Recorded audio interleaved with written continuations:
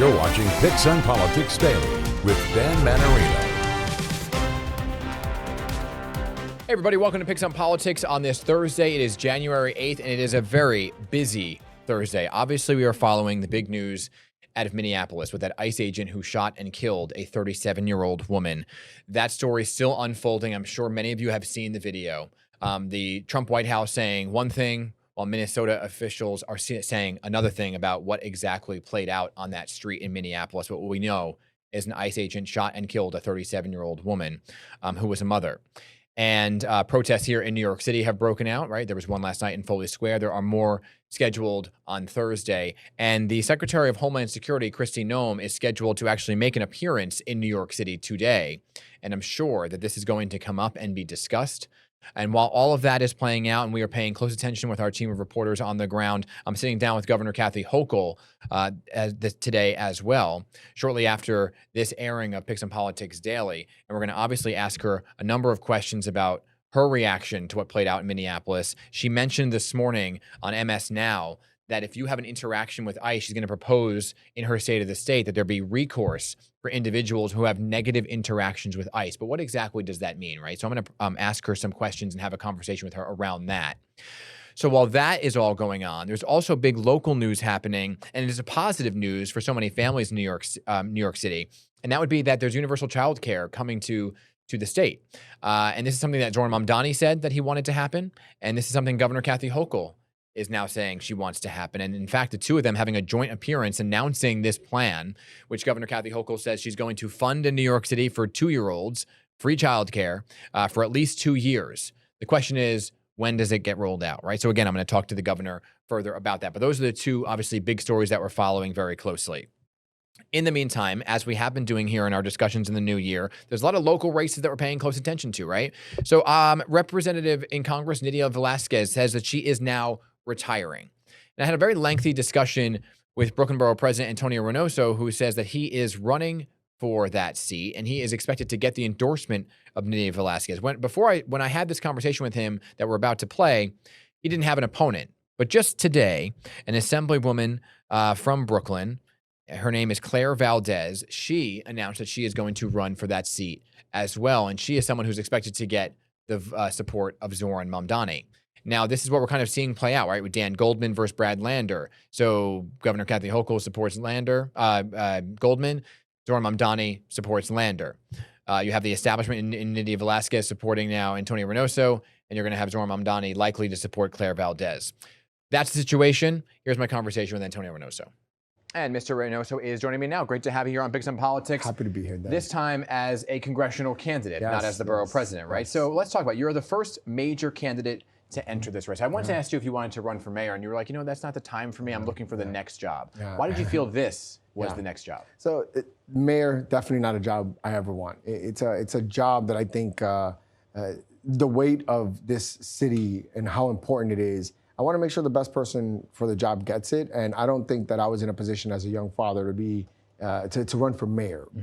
But Congress is a different story. Right now, all of the ills that are happening locally in our streets are all coming from federal government. Attacks on SNAP benefits. I was a son that received food stamps when I was young, and it benefited my family so much. ICE, my parents came to this country and they were welcomed and were able to build a life for them and their children in a meaningful way. All these things are coming from the federal government. And I thought that I can be an agent of change at the federal level, and that is why I'm considering the run. And what kind of candidate would you describe yourself as? And I mean that in the terms of moderate, progressive, democratic, socialist. It seems like DSA members are jumping into a lot of races right now to capitalize on the Mamdani win, and they're looking at who their candidate represents. So how do you describe yourself? I consider myself a left candidate. I consider progressive. A progressive left, even more, we got to be very careful about how we're labeling. I like to use... But not DSA. Not DSA. I have socialist principles in the things that I believe in, but I'm not a socialist. I'm an Elizabeth Warrencrat is how I try to mostly align myself with. But obviously the work that Bernie has done and the socialists have done, they do meaningful work to really give working class people an opportunity in this city and in this country. So again, I am as far left as you can possibly be. And I want to be clear, I'm not a democratic socialist member it doesn't mean that we're not aligned in a lot of the work that we're doing. Okay. And so how did you view the seat you'd be taking over for? Nydia Velázquez represented this for over 30 years. How would you describe her? She's been my mentor for the 20 years that I've been involved in politics. When I ran when I was 29 years old, she was the first one that was there to support me and help me through that work. When I was 22 years old, I started New Kings Democrats, which was a small organization taking on the county machine.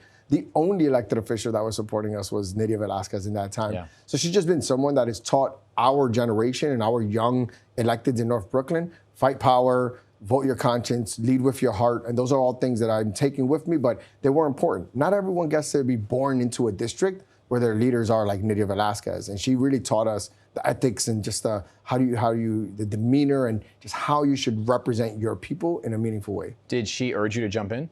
She did not urge me to jump in, no. She retired, and I want to just be clear, she's been over 30 years doing this work. And I think for her, she had to take time to allow for all her godchildren, is what we call her. So we're like all her godchildren in politics. She's done a great job with a lot of us and mentoring us. And I think she really wanted all of us to figure out where we wanted to be and what we would do. So she did not urge me. No. You know, looking at do you want her endorsement? Absolutely. I don't think there's anyone in this district that would say otherwise. Nydia is the most important person and the greatest qualifier in this district. But haven't gotten it yet? Not yet. Okay. Not yet. Have you spoken to her? I speak to her every single day. Okay. Yeah. She was a mentor before this. Yeah. She's going to be supporting during, and no matter what happens, her legacy is going to be strong. Looking at the 2026 primaries, we're seeing a lot of progressive challengers. You're being one of them now, right? To what in other races would be described as a moderate Democrat. But how do you view the party as a whole? And I ask that because it seems like there's a bit of a power struggle in the Democratic Party right now and which way they want to go and what the priorities are. So how do you view the party as a whole? Yeah, I think the party is in big trouble. I think that they're not seen as fighters. I have a huge issue with how the Democratic Party has been performing under this 1 year of Trump. I think that he is a crisis level problem and we don't have a crisis level reaction to it. And I think what you're seeing with a lot of young, progressive, and left-leaning candidates running against these centrist and establishment Democrats is a frustration that I believe the people have, that it doesn't seem like is reaching the elected class right now in the Democratic Party. So somebody like a Dan Goldman, you're okay with him being primaried? I think everyone should be primaried. I come from, remember, I am a reformer from the time when the county party was running the show, and I always thought primarying was good. But look, I think even with Dan Goldman, any elected official that's currently sitting in their seats, they should all feel like whatever we're doing is not enough. And if they don't feel that pressure, then somebody should be challenging them. Hakeem Jeffries? Hakeem Jeffries is a different circumstance. Hakeem Jeffries is going to be the leader of the party. I will be supportive of him when I become But do you think he's done enough in this moment? I think an example of what we've seen yesterday, or we've seen recently, where they were able to force a discharge on the floor, is an example of the type of fight people are looking for. And I think he's capable of that. He's just not the leader of the party right now. So when he becomes the leader, he assumes that power, and that he can use that power to push back is definitely something that I expect from him. But look, if and when I become the congressperson, I'm going to be pushing him to the left. I want him to do more. But right now, I think that's the type of fight people are looking for more often.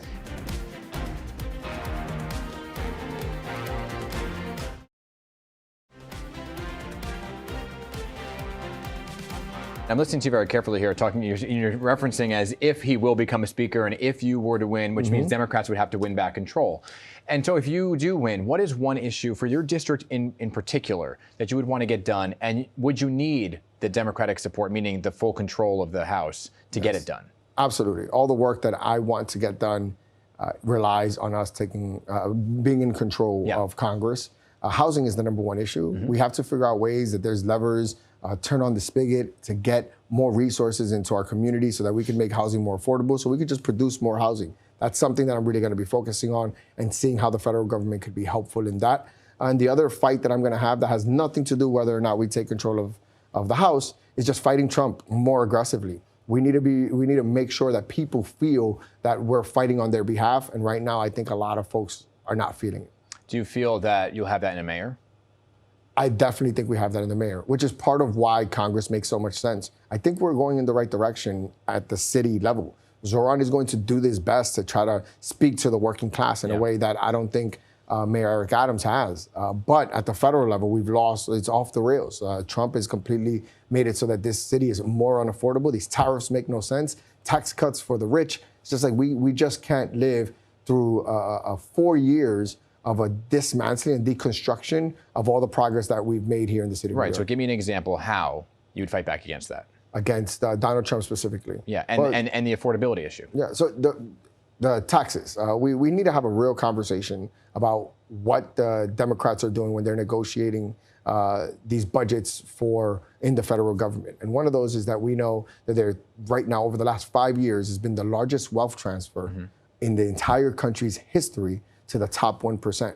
And the fact that we would do anything in our power through our authority to give them more of a tax break while we see the inflation and how locally people are suffering on a month-to-month basis is unacceptable. So we need to have Congress be in control so we could push back against those type of give backs to the rich while the poor or the working class suffer. So you're talking in terms if you win. Yes. If you don't, do you stay on as Brooklyn Borough president? Yes, I would still continue to be borough president, but no plan Bs, Dan. We're going to win. Okay. So you win. Who takes over as Brooklyn Borough president? That's going to be an interesting conversation. I think my win in Brooklyn really changed the landscape of the type of elected official that can win in Brooklyn. Before, it was a central Brooklyn establishment centrist Democrat. Eric Adams. Now, when I win, now it opens up North Brooklyn, South Brooklyn. It just really opens it up. We have more candidates knowing that there's a potential that they can win outside of just this central Brooklyn core. So I think you're going to see at least 10 candidates run for this seat when I become congressman. That's a special election? It would be a special election. So it's also who can get up a campaign fast enough, who can raise the money fast enough. So the levers and the dynamics on who can win this district or this seat is a lot different than were it to be an open seat or a conversation during an election that has 6 months. Right. And I was listening to you carefully talk about affordability, fighting back against President Trump. Taxing the wealthy is on the table, right? But if it's something that Governor Hochul doesn't want to do, and it's something that Congress doesn't want to do, what happens? We're going to continue to fall into a level of popularity that we've never seen before, on an unpopular level that we've never seen before in the Democratic Party. I think we're being very clear. Zohran Mamdani won the mayor of the city of New York. This is not a bastion of socialist voters in New York. I think people are just tired of the centrist establishment Democrats that do the bare minimum and incremental change to progress. We want to see significant progress. So I actually think the pressure that's going to fall upon the governor and Congress is going to be significant to move the agenda in a way that helps the working class. So I think the pressure is going to make a difference. And if President Trump continues to withhold or threatens to withhold or cut federal dollars that come to New York, how do you make up for the loss? I think we need to have a serious conversation at the city and state level as to how we can do that. Look, the mayor of the city of New York now, Eric Adams, it's $6 billion is what he says we've spent to manage the influx of migrants that came into New York City. He found $6 billion, right? If the migrants weren't coming here, those $6 billion wouldn't have gone to education or gone to, they go to these fluff projects that haven't affected meaningful change in people's lives. So we have ways that we can manage our money to make sure that we can take care of ourselves. So we have to get creative and we have to be thoughtful. But also, the people that can do more should do more. We should consider taxing people that make a significant amount of money and they contribute to the greater good of the city of New York. And you don't think they'll leave? We've been crying about billionaires leaving New York City for 20 years, and they've never left. The sky never falls on New York City. We are the most resilient city in the entire world. Everyone talks about, we did police reform bills in my time for the Right to Know Act, so that you can give a business card after every interaction for a police officer. And it was, I got killed for 3 years about it. Now it's common practice, it's not a problem, no one makes noise about it. The sky never falls in New York City. We're smart. You can shut down 7 bridges in New York City, and by the second day, everyone would have an alternative route. They would know how to get there in train, in bus, they'll swim, they'll take a bike. New York figures it out every single time. This idea that billionaires are going to leave the greatest city in the world, it's just not how it works. Okay, we're going to leave it there. Thank you. Thank you. And thank you to Antonio Reynoso. And we are going to invite Claire Valdez to come on as well to have a conversation with her about her race for that seat. But in the meantime, it's a very, very busy Thursday. I'm going to leave it here, and we'll see you back here tomorrow.